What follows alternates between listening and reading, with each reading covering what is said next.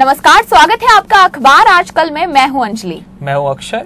आइए शुरुआत करते हैं आज के एपिसोड की और डालते हैं एक नजर आज के अखबारों पर।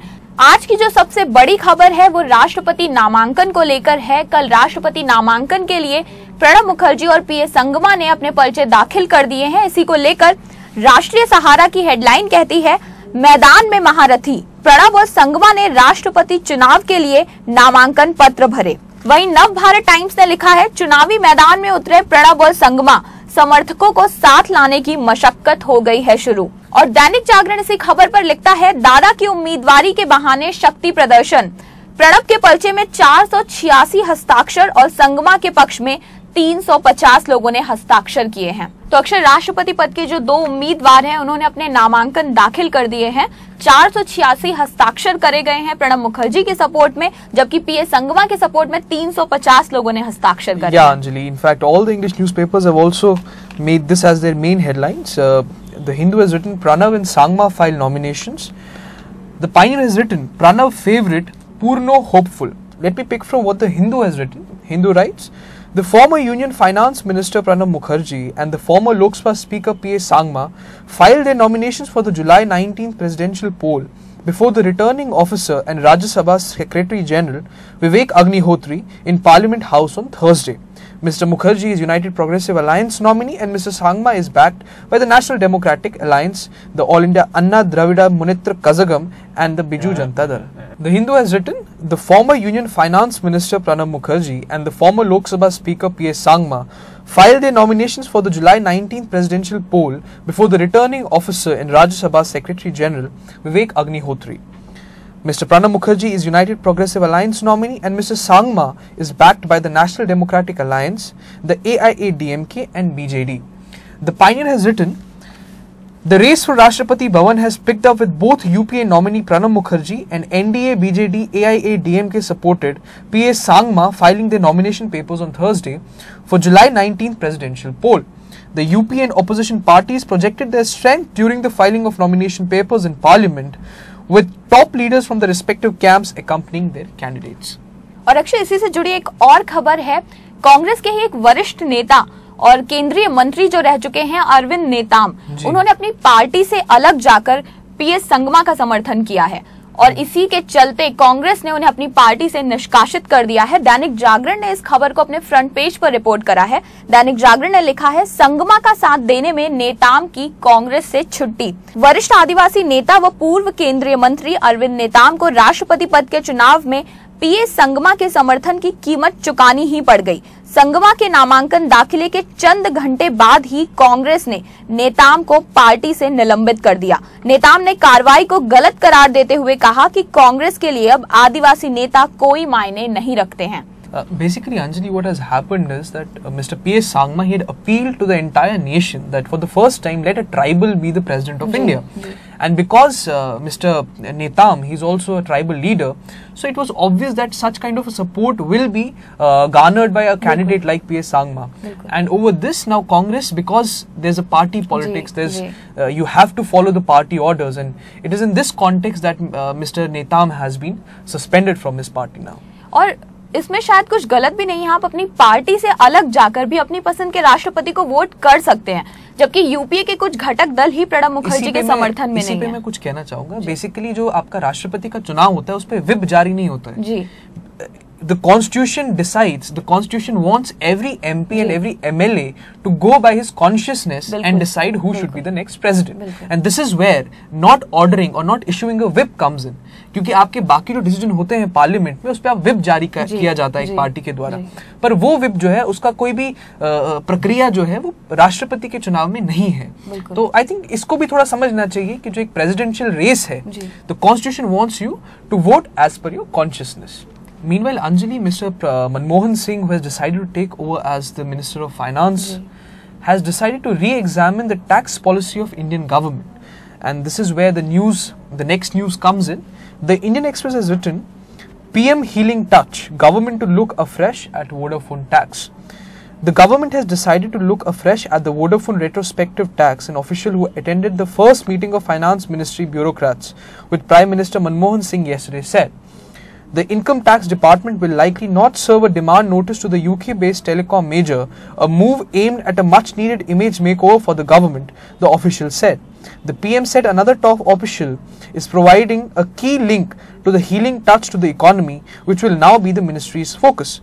And one thing that I like to add here is the broad message from the PM's meeting with all secretaries of the ministry was that the government intends to put the Vodafone dispute on the back burner and focus on macroeconomic issues to improve India's image. तो अक्षय कह सकते हैं कि प्रधानमंत्री मनमोहन सिंह जी जो हैं, जिनके पास अब वित्त मंत्रालय का कामकाज है, उनको शायद प्रणब मुखर्जी के लिए फैसलों पर भरोसा नहीं है, इसलिए अब उन्हें पलटना चाहते हैं। इनफैक्ट हिंदी के अखबारों ने भी इस खबर को काफी प्रमुखता से छापा है। दैनिक जागरण ने अपने फ्रंट पेज पर इस खबर को छापा है। दैनिक जागरण ने लिखा है, प्रणब के फैसले पलटेंगे पीएम। पीएमओ ने वित्त मंत्रालय से मांगा वोडाफोन से जुड़े प्रावधानों पर स्पष्टीकरण। निवेशकों को डराने वाले फैसले केंद्र सरकार ले सकती है वापस। और कैबिनेट सचिव ने की आर्थिक मंत्रालयों के सचिवों के साथ बैठक। वहीं नवभारत टाइम्स ने इस खबर को लेकर लिखा है, इकोनॉमी में रफ्तार लाने की मुहिम शुरू। वित्त मंत्रालय की कमान संभालने के बाद अब तेजी से फैसले लेने की ओर कदम बढ़ा रहे हैं मनमोहन सिंह। तो जो हाल हो चुका है भारत की अर्थव्यवस्था का, इकोनॉमिक क्राइसिस से गुजर रहे हैं इस समय हम, उसको देखते हुए अब शायद प्रधानमंत्री मनमोहन सिंह कमान संभाल रहे हैं और अब जिम्मेदारी ले रहे हैं अर्थव्यवस्था को पटरी पर लाने की। एक ऑब्जर्वेशन जो यहाँ पे बहुत इंपॉर्टेंट है और जो होनी चाहिए वो ये है कि पिछले 3 साल से जो हमारे वित्त मंत्री थे, जो हमारी अर्थव्यवस्था की नीतियां बना रहे थे, हमारे जो प्रधानमंत्री हैं, उन्हीं को उन नीतियों पर भरोसा नहीं है। तो you see finance ministry which was run by mister Pranab Mukherjee was towards a different line and mister Manmohan Singh who is the prime minister of our country, his ideas are on a different line. तो कहा जा सकता है जो ये divergence है ideas का UPA government के अंदर, वही एक रीजन है कि आज जो इकोनॉमी है, इंडियन इकोनॉमी, वो एक क्राइसिस मोड में है। और इसी के साथ ही अक्षय, आज की अखबारों की जो एक अच्छी खबर है वो है सुरजीत सिंह की वतन वापसी को लेकर। 30 साल से पाकिस्तान की जेल में कैद थे सुरजीत सिंह, अब उन्हें रिहा कर दिया है पाकिस्तान की जेल ने और वो अपने घर वापस आ चुके हैं। राष्ट्रीय सहारा ने अपने फ्रंट पेज पर इस खबर को रिपोर्ट करा है। राष्ट्रीय सहारा लिखता है, 31 साल बाद वतन वापस लौटे सुरजीत। 31 साल तक पाकिस्तानी जेल में सजा काटकर लौटने वाले 69 वर्षीय सुरजीत सिंह जब वाघा सीमा पर पहुंचे तो वे एक थके हुए सिख बुजुर्ग लग रहे थे, लेकिन जैसे ही उन्होंने अपनी मातृभूमि पर कदम रखा, उनके चेहरे पर रौनक नुमाया हो गई। और वहीं अमर उजाला ने लिखा है, वतन लौटे सुरजीत ने खड़ी की मुसीबत, कहा मैं था जासूस। तो वतन लौटने के बाद मीडिया से बात करते हुए सुरजीत सिंह ने ये बात कबूली है कि वो जासूसी करते थे। तो कहीं ना कहीं जो अब वहां पाकिस्तान की जेल में और कैदी बंद हैं, जिनकी वापसी के लिए उम्मीदें लगाई जा रही हैं, प्रयास किए जा रहे हैं, उनके लिए शायद मुसीबत बन सकता है उनका ये स्टेटमेंट। अंजलि, ये रियलिटी है। आप देखिए, 2 कंट्रीज के बीच में स्पाई एजेंसीज, जो इंटेलिजेंस एजेंसीज होती हैं टू गैदर इन्फॉर्मेशन, वो एग्जिस्ट करती हैं। इसको डिनाई करना थोड़ा एक यूटोपियन कॉन्सेप्ट होगा कि नहीं, ऐसा है ही नहीं। परंतु ये जरूर कहा जा सकता है कि जब एक व्यक्ति जो है इतने सालों से जेल में है, अपनी सजा लगभग काट चुके हैं, उसके बाद एक ह्यूमन टच, एक हीलिंग टच देके रिहा करना ही एक सही ह्यूमैनिटेरियन डिसीजन लगता है। Meanwhile the Pioneer, it has written, Surjeet savours his Sarabjit movement. Large crowds turn up to welcome 69-year-old Singh after spending over 3 decades in a Pakistani prison on spying charges. Surjit Singh faced creased into a smile, crossed over to India through the land transit route of Atari Wagah border, and much fanfare was there to present him.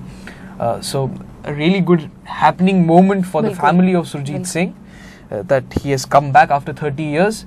तो ये थी खबर सुरजीत सिंह की रिहाई से जुड़ी हुई। अब आते हैं दिल्ली की खबर पर। दिल्ली में जिस तरह से बिजली की दरों में बढ़ोतरी की गई है, उसी को लेकर भारतीय जनता पार्टी ने ऐलान करा था कि वो 29 जून को विरोध प्रदर्शन करेंगे। लगभग हर अखबार ने इस प्रदर्शन के बारे में खबर छापी है। इसी खबर को लेकर राष्ट्रीय सहारा ने लिखा है, भाजपा का आंदोलन आज। बिजली की बढ़ी दरों के विरोध में प्रदेश भाजपा शुक्रवार को राजधानी भर में करीब 25 जगह धरना प्रदर्शन करेगी। इसके लिए अलग अलग पार्टी नेताओं को जिम्मेदारी सौंपी गई है। बिजली कंपनियों के कार्यालयों के सामने धरना प्रदर्शन किया जाएगा। और इसी के साथ एक दूसरी खबर जो राष्ट्रीय सहारा ने लिखी, बढ़ी दरों से नाराज उपभोक्ता कटवाएंगे कनेक्शन। तो विरोध प्रदर्शन का ही एक और ये स्टेप है। राजधानी में बढ़ी बिजली की दरों से नाराज भाजपा ने अब सख्त रुख अख्तियार कर लिया है। पार्टी कार्यकर्ताओं ने निर्णय लिया है कि वह बगैर बिजली कनेक्शन के गुजारा करेंगे। तो इस बैठक में डिसाइड करा गया है कि 2000 उपभोक्ताओं ने ये संकल्प लिया है कि वो बिजली कनेक्शन के बिना अब गुजारा करेंगे। एक तरह से विरोध प्रदर्शन कर रहे हैं। सरकार को एक तरह से वो दिखाना चाहते हैं कि बिजली के दामों में जो बढ़ोतरी करी गई है, अब उसको लेकर बिजली का बिल भुगतान करना आसान तो है नहीं उनके लिए, इसलिए वो बिना बिजली के ही गुजारा करना प्रेफर करेंगे। The kind of tariff increase that electricity has seen in Delhi, people who belong to the lowest strata of the society might be forced to go without electricity. बिल्कुल। और हमारी अगली खबर भी दिल्ली से ही जुड़ी हुई है। दिल्ली यूनिवर्सिटी की सेकंड कट ऑफ लिस्ट जारी कर दी गई है। कुछ दिनों पहले फर्स्ट कट ऑफ लिस्ट आई थी, जिसके बाद एडमिशन की प्रक्रिया हुई और अब उसके बाद दूसरी कट ऑफ लिस्ट आई है। अमर उजाला ने पूरी कट ऑफ लिस्ट को अपने पेज पर पब्लिश करा है। अमर उजाला ने लिखा है, आ गई दूसरी कट ऑफ, अब ना गंवाएं मौका। जिन छात्रों का पहली कट ऑफ के आधार पर दिल्ली विश्वविद्यालय में दाखिले का सपना पूरा नहीं हो सका, वे निराश ना हो। दूसरी लिस्ट आ गई है और तुरंत ही संबंधित कॉलेज से संपर्क करके दाखिले की प्रक्रिया पूरी की जा सकती है। सेकंड कट ऑफ लिस्ट में आर्ट्स, कॉमर्स और साइंस समेत 0.25 से लेकर 8% की गिरावट आई है। भीमराव अंबेडकर कॉलेज के बीए प्रोग्राम में 7% गिरावट आई है। वहीं इसी कॉलेज ने बीकॉम पास में अधिकतम 8% की गिरावट की है। और इसी के साथ ही Delhi College of Arts and Commerce ने बीए प्रोग्राम में सबसे अधिक 10% की गिरावट की है। हालांकि बीकॉम ऑनर्स जो एक बहुत ही पॉपुलर कोर्स है दिल्ली यूनिवर्सिटी का, ज्यादातर कॉलेजेस में इसकी एडमिशन की प्रक्रिया जो है वो फर्स्ट कट ऑफ लिस्ट के बाद ही खत्म हो चुकी है। सारी सीट्स फुल हो गई हैं। केवल कैंपस कॉलेजेस में ही नहीं बल्कि साउथ कैंपस समेत कई कॉलेजेस में बीकॉम ऑनर्स के दाखिले बंद हो गए हैं। जहां बीकॉम या बीकॉम ऑनर्स में दाखिले खुले भी हुए हैं, वहां सिर्फ 0.25 से लेकर 3% की गिरावट ही देखने को मिली है। तो बीकॉम ऑनर्स जो दिल्ली यूनिवर्सिटी का एक बहुत ही पॉपुलर कोर्स है, उसकी ज्यादातर सीट्स जो हैं वो भर गई हैं फर्स्ट कट ऑफ लिस्ट के बाद। Anjali, you're absolutely right. BCom Honors, which is one of the most popular courses in Delhi University, is always taken very highly by all the students. But the good news for all those students who still want to aspire for pursuing BCom Honors is that 36 colleges are still open where you can get admission into BCom Honors on the basis of second cutoff list. But the interesting point is that there's a very small reduction in cutoff marks, 0.25, 0.35. Such small reduction in cutoff has been attributed to BCom Honors, but yes, there are still colleges where you can get admission into BCom Honors. तो इसी खबर के साथ हम समाप्ति करते हैं हमारे आज के इस अंक की। आपसे फिर से मुलाकात होगी अखबार आजकल के एक नए अंक के साथ। तब तक के लिए हमें आज्ञा दीजिए। नमस्कार। नमस्कार।